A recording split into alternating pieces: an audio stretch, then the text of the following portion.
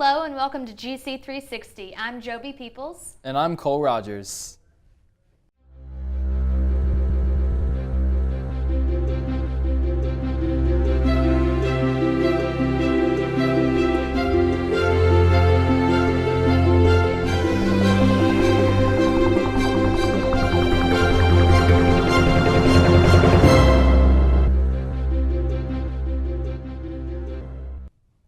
October is known for bonfires, haunted houses, and pink in observance of Breast Cancer Awareness Month. But did you know that October is also Domestic Violence Awareness Month? GC360's Nick Landon takes us to front campus to explain. You've probably noticed the t-shirts with hand-painted messages about domestic violence on them hanging on front campus. But what are they doing there? 12 years ago, a friend of mine, her name is also Jennifer, we were in a women's studies class and talking about these issues, and our professor was like, you know, there's this thing called Clothesline Project, and I think you should do it. And so we looked into it, and we started it the first time in spring of 2003, and then we did it again in the fall, and then it's been the fall ever since. Jennifer Graham, coordinator of the Women's Center at Georgia College, says these cotton canvases are more than they appear. Every shirt tells a story. There are many shirts that as I look around, the person who made that shirt, his face comes to mind and their story comes to mind. And so for me, it's a very emotional week because every time I put their shirt up on the line, it's kind of a way to honor them and their strength and their courage and moving forward and kind of letting all of that come out. It's really good when we can get people who won't necessarily experience it in their lifetime to start thinking about it and think about how it really does impact a lot of people. 750 so far that we have shirts for. And all of the shirts were made by people you could run into on campus. We have about 750 shirts as of right now. All have been made by folks from our campus community, so students, faculty, and staff through the years, community members. Reporting for GC360, this is Nick Landon. A gas leak was suspected on the Georgia College campus on Monday. Several students and their professor evacuated an Arts and Sciences building classroom after smelling what they believed to be gasoline. They contacted campus security, who came to investigate the source of the smell, but nothing was found.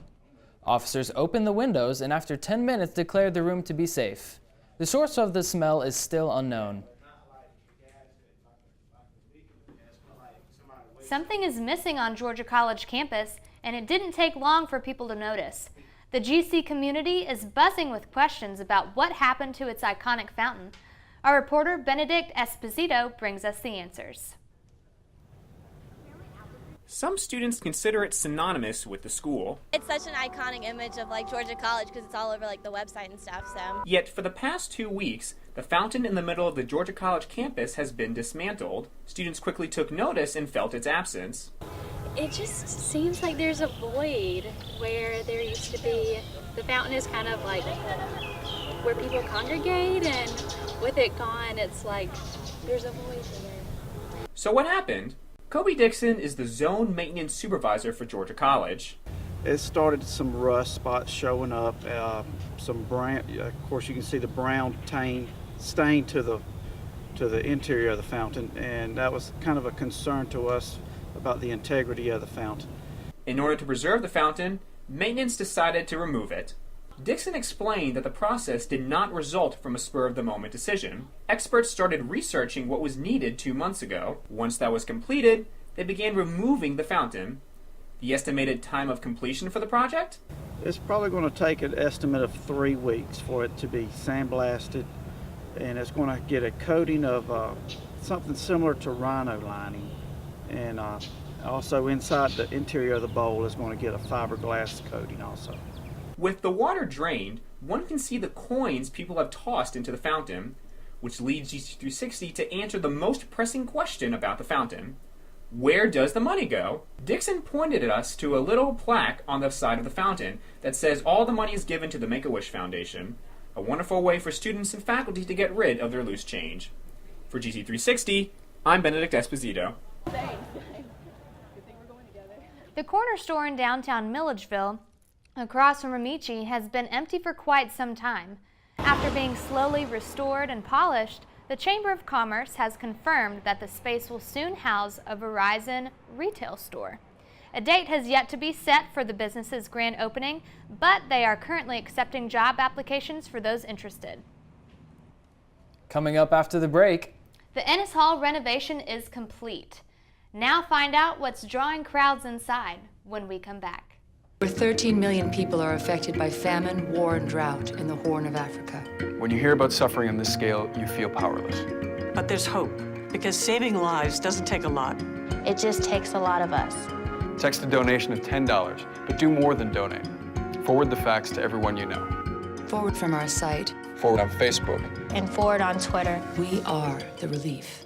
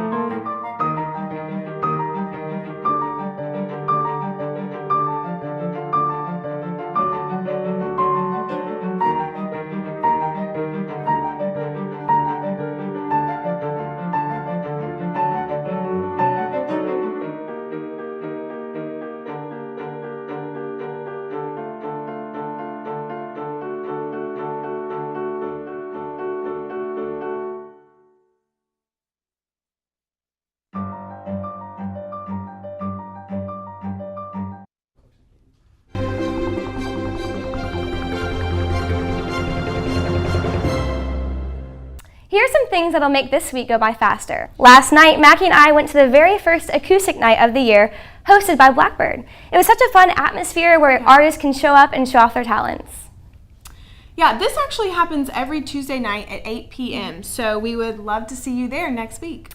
Yes, every Tuesday night at 8 in the basement of Blackbird. Bring your friends out, it'll be a good time for sure. In other news, many of you have already heard about or are already a part of a Facebook group known as Bobcats Meet. Caitlin, can you tell us a little bit more about Bobcats Meet since you are the founder and all? Yes, it's definitely my little baby right now. I really wanted to provide a way just to form a community at Georgia College, and I thought this would be a really great way to bring people together. It's been great. It's really been successful, and it's been fun. Well, if you or anyone that you know has had success on Bobcats Meet, we want to know about it. Tweet us at GC360. And next week, we will interview one lucky member of the group to hear your story of finding true community or love. Speaking of community, the book Gone Girl has been transformed into a movie and is playing here in Milledgeville at the Carmike Cinema on Highway 441. I've been meaning to read that book. I've heard awesome things about it. Have you read it?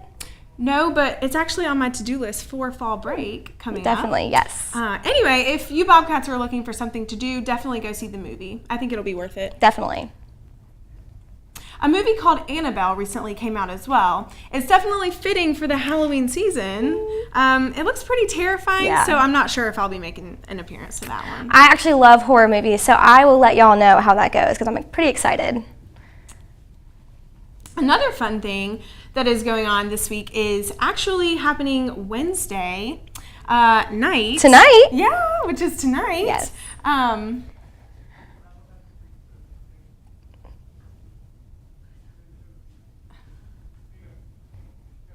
You don't have to travel to Washington, D.C. to see Smithsonian-worthy art. Georgia College's newly renovated Ennis Hall served as the venue for this year's first student-curated art exhibition. Cool. GC360's Kenzie Morgan visited the gallery to get a closer look.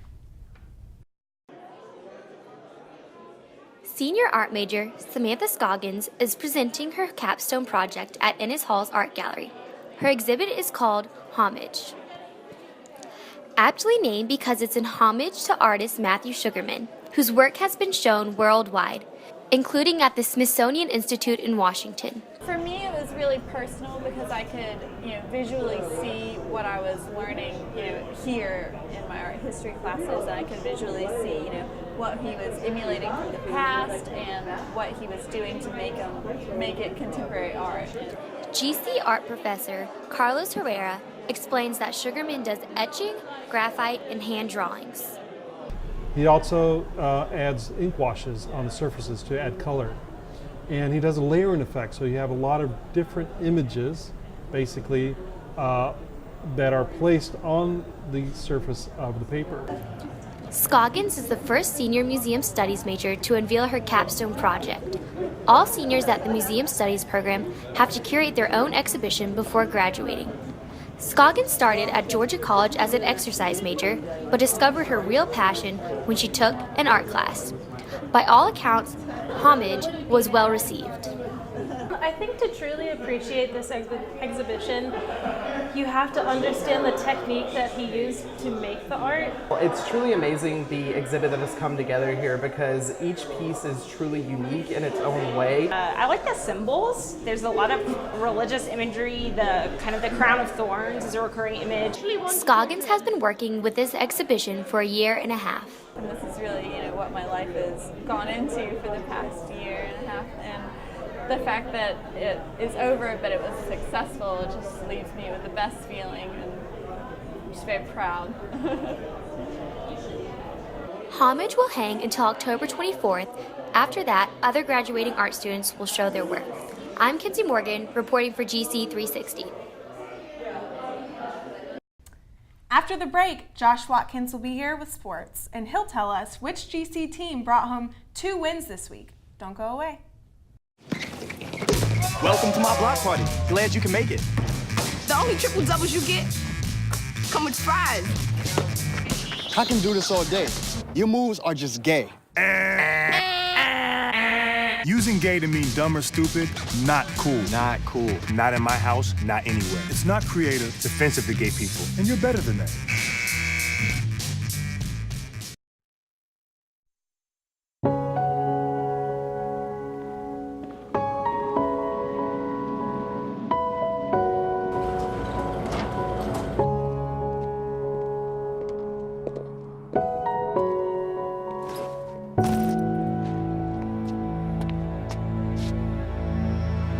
Well, come on, man.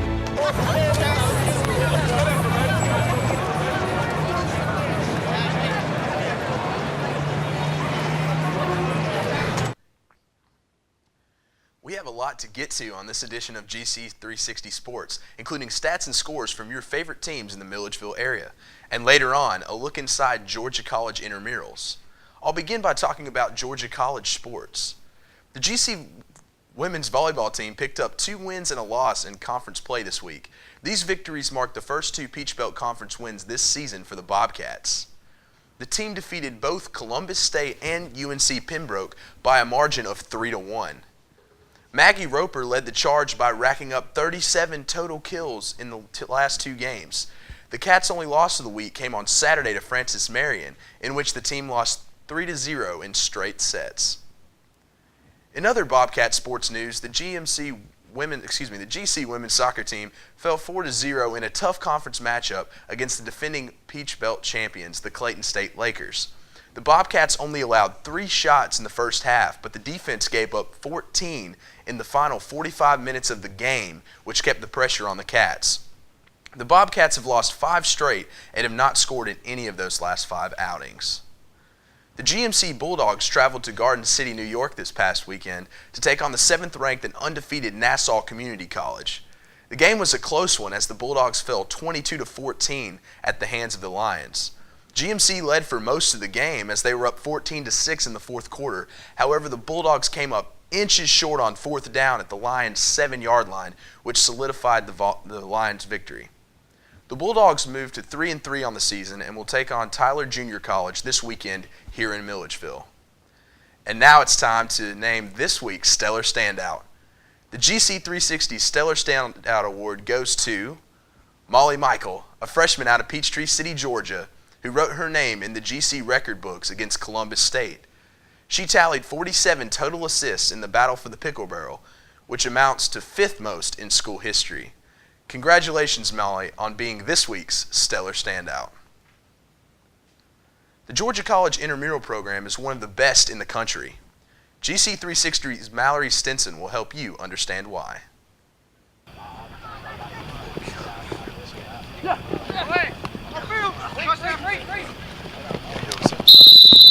Many students at Georgia College are involved in intramural sports. As you can see, a number of Bobcats enjoy playing the various sports offered. We spoke with Bert Rosenberger, Director of Recreational Sports, about student participation. The good thing about Georgia College intramurals is we have so many different students that participate. We have over 2,500 students each year that are involved in our programs, and it's really a platform to bring the whole campus community together. Joining an intramural team has many benefits. We talked to a couple students about why they love Georgia College intramurals. I just like it because we get to play with our friends. I've met so many people that I would have never met unless I was playing intramurals, just on different teams, and be able to make those relationships. I like intramurals because it's just like a sport you can play out with your friends, and it's not serious. Like, you don't have to have practices, and it's just like you get to go out and have fun with friends. Friendships are just one of the great aspects of joining a team. You may be surprised to find out the large percentage of students actively involved in intramurals. At Georgia College, participation is huge. The national average for college campuses is about 15% of the student population participates, and we have close to 50%. Georgia College offers a lot of opportunities to play different sports, and you don't necessarily have to be the best athlete to play. I play flag football and kickball, and I'm not very good at either of those, so. There you have it. Georgia College intramurals is a great opportunity to get exercise, build relationships, and have fun. This is Mallory Stinson reporting for GC360. We're here now with Zach Weber, a guy who is no stranger to intramurals. How you doing, Zach? Good. Yourself? Doing pretty well. When did you start playing intramurals, and what made you want to do it? Well, I started my freshman year. We had an older guy come through the dorms and asked me and a couple buddies to play, so I decided I'd give it a shot. Great, man. When did you start doing that? Freshman year. Freshman year? Okay, yep. yeah. What do you love most about intramurals here at Georgia College? Well, I love sports, so I love to get to compete and hang out with my friends. I try to get involved as many as I can, so I really just enjoy being around people and competing. Okay, what are you looking forward to most this semester in intramurals? Well, this semester our football team, White Smoke, is undefeated right now. We're playing in the championship tonight. So if we win, we'll get to go to state, hopefully, and see how we can do there. Yeah, so why don't you come on and check out White Smoke play tonight if you got the time. That's all we've got for sports this week here on GC360. Coming up, the problem that warranted a town meeting. That story when we come back.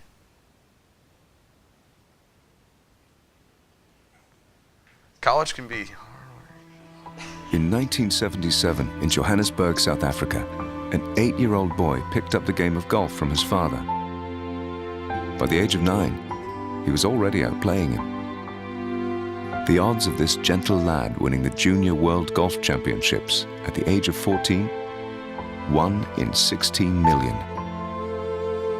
The odds of that same boy then making it to the US and European Pro Golf Tours, 1 in 7 million.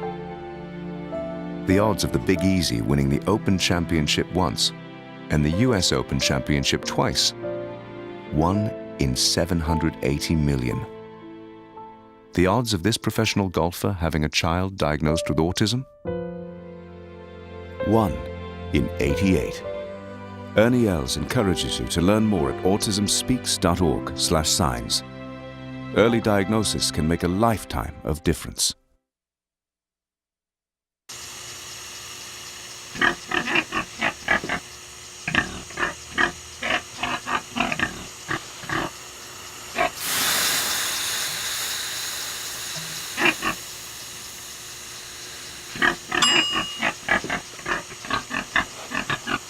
Cook foods to the right temperature using a food thermometer. 3,000 Americans will die from food poisoning this year. Keep your family safer. Check your steps at foodsafety.gov.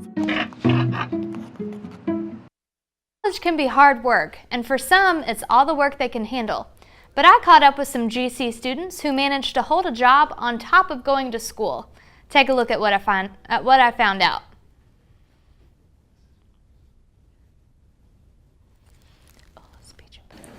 For today's college students, work often means more than studying for classes. Many students have jobs, and we wanted to find out why. We also wanted to know what employers think about their student employees. Well, I pay for a lot of things by myself, so getting a job was like, I had to, it was no option. And I get bored, I can't sit around all the time, so I have to be doing something, so getting a job just gives me something to do. I had to pay the bills somehow. and, you know, got to become an adult. At the end of the semester, I kind of decided that I would like to have a little extra money and be able to help my parents out a little bit. For Velvet Elvis bar manager Anthony Wimbish, college students are the ideal employees for servers and bartenders. We're trying to work and pay for school. They don't have a lot of help, so I try to give everybody a fair chance. Jack and Darcy store manager Caroline Mickley has similar thoughts. Well, college students have a better aspect to our target market because, of course, like we range between 18 to 30, but we also have things for older women, which are more towards the locals. We'd rather have a college student because that way we can stay more involved in what's going on the campus, and we can definitely make sure that we get those items and those products that people want. Bodyplex fitness manager Amberly Little admits that working with college students is at times trying, but it's best for the business overall. I would say scheduling is kind of hard around the college schedule, but you know, with the industry changing, if there's someone that doesn't really fit, you know, we can change the schedule or change what we need to do. For many students, including Josh, his job coincides with his major. Because it transitions over to my field that I want to continue into when I graduate, and it's just a great place to be. Although balancing school and work can be difficult at times, students overall make it work. It's really easy to balance everything.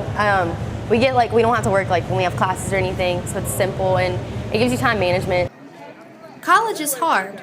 It's definitely challenging and time-consuming, but students we talk to are able to make work pay off. This is Joby Peoples reporting for GC360. All right, Cole, now we've learned a lot about college jobs. So do you have a job? I don't. You don't? Okay. You're a freshman, though, right? So this is your first semester here. Are you thinking about possibly getting a job while you're here at school? Yeah, I've had a job before, and I worked at a sports store before college, and I wanted to get a job, but I thought it'd be better to really just focus on school for my first semester, make sure I do pretty well. That's smart. That's what I did. You know, and I'm sure that a lot of students do that as well. Just kind of get their feet wet with school and kind of into what they're doing before they go out and feel comfortable with getting a job. Yeah. So that sounds good. So, underage drinking. It's an age-old problem in many communities, and Georgia College is no exception. The GC campus hosted a community meeting to discuss the issue, and our own Michelle Dubin covered the event. She brings us that story. How to stop underage drinking? That was the question before a community town hall meeting held on the Georgia College campus. Not just a college issue. It is a community issue. It is not the norm that you have to drink when you're on college campus. The meeting was organized by Rachel Hope, university health educator. Anheuser-Busch Family Talk spokeswoman MJ Corcoran offered tips about how to engage students on the subject of drinking. If you could say, hey, how you doing there, Joshua? Haven't seen you in a while. If you know names on campus, if you're able to be here, if you're able to be around and really have some rapport with them, there's much more opportunity for them to feel comfortable saying, hey, here's what's happening. Later, a panel of Baldwin County and Georgia College leaders answered questions. The Georgia College police chief talked about one concern. At 2:30 in the morning and you're by yourself and you're intoxicated, you're not making good decisions, like knocking on the door of someone that you don't know because you meet you at your house. That's setting yourself up for a big crime. One parent offered advice to a student who asked about drinking associated with Greek organizations. Don't let issues such as these prohibit you from wanting to participate in a Greek letter organization, because a lot of the strengths that you have going into life you gain from being a part of those organizations. I'm Greek, and that is what built me up to be the person that I am. Later in the week, we caught up with panel member and Milledgeville Police Patrol Commander John Davis to get his thoughts on how the meeting went. I think it's a start. I think there's still a long way to go. Here, it's often going to be the consequences that change people's minds about whether or not they're going to go out and go downtown and get intoxicated. This has been Michelle Dubin with your GC360 News. Ever wondered what Georgia College was like long before we became a part of it? We can't go back and see, but we can get a glimpse through items left behind.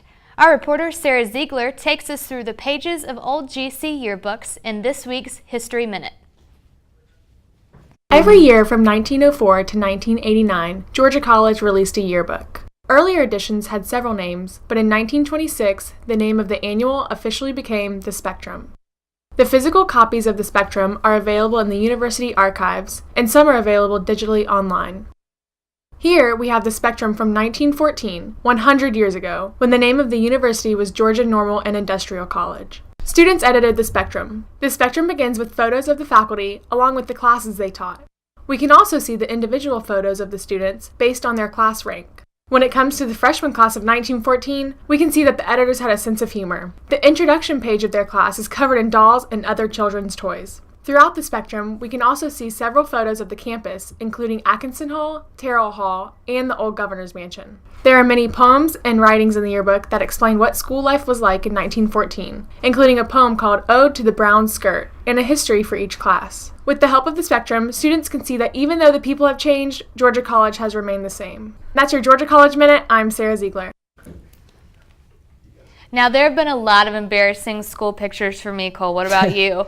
Yeah, I've had pretty much one in particular. Oh yeah, when? Yeah, it was 9th grade. I had just gotten this really bad haircut, and I got braces and like acne. That's the worst. Yeah, it's bad. I remember when I was in 1st grade, my mom, you wouldn't know it now, but I have stick straight hair. This is just hairspray. But my mom used to give me perms. Oh. And so now everyone refers it to a fro that I had. Oh, and so I remember in all my pictures, my hair was short and it was in a fro. Oh no. She used to tease it and stuff. I was like, oh my God. That's not. So looking back now, it's a little embarrassing. Yeah, just a little bit. Yeah. I think you could go for it again though.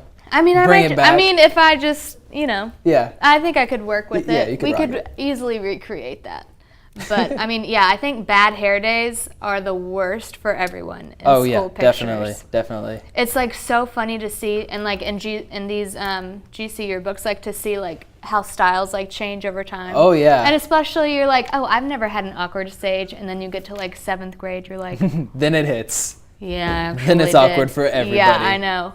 That's pretty funny, but I always enjoy looking back at other people's pictures. Oh yeah, me too. I think it's hilarious. Yeah. Especially to see how they grow up and it's they look, kind of little, chubby or something. It's now then you grow up. You get to see how you progress. You get to see different stages of life, reminisce, everything like that. Mm-hmm. But that's all for this week's episode of GC360. Enjoy your fall break, and we'll be back again on the 22nd. I'm Joby Peoples. And I'm Cole Rogers. Thanks for watching.